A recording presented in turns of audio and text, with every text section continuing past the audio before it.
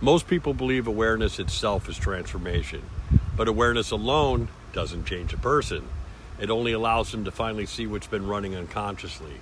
That distinction matters because many people reach a moment in life where they suddenly become aware of their patterns. They notice their reactions, their emotional loops, their self-talk, their anxiety, their fear, their avoidance, their exhaustion, their relationships, their behavior. And for the first time, they can actually see themselves.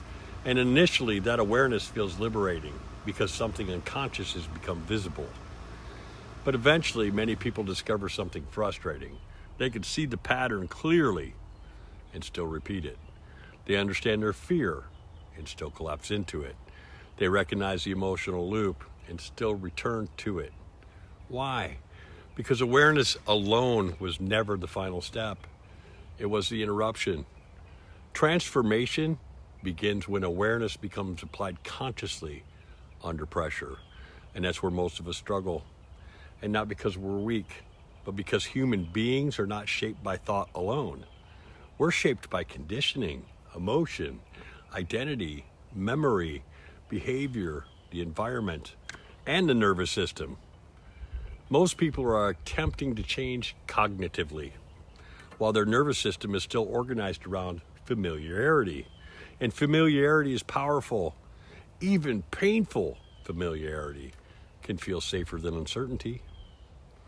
And that's why people often return to old relationships, old emotional states, old behaviors, old identities, old suffering.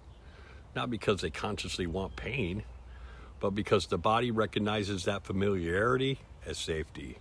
And this is also why insight fades. A person can watch a powerful video, have a deep realization, feel emotionally clear for a moment, then slowly drift back into the same pattern days later. Because information alone doesn't reorganize identity. Observation alone does not automatically rebuild behavior. And motivation alone can't sustain transformation. Real transformation requires participation, conscious participation. It requires learning how to remain aware while discomfort, fear, uncertainty, emotion, and resistance are active inside the system. That is deeper work. And this channel exists to explore that work carefully. And not through performance, not through superiority, not through ideology, but through observation, understanding, self-accountability, and conscious reconstruction. We will talk about perception, identity, fear, conditioning, emotional patterns, nervous system resistance, behavioral loops, self-trust, embodiment, and the mechanics of transformation itself. Because eventually a person reaches a point where they no longer want temporary inspiration. They want to understand why they suffer, why they repeat, why they abandon themselves, and why they fear change. Why awareness alone is not enough, and what it actually means to transform consciously.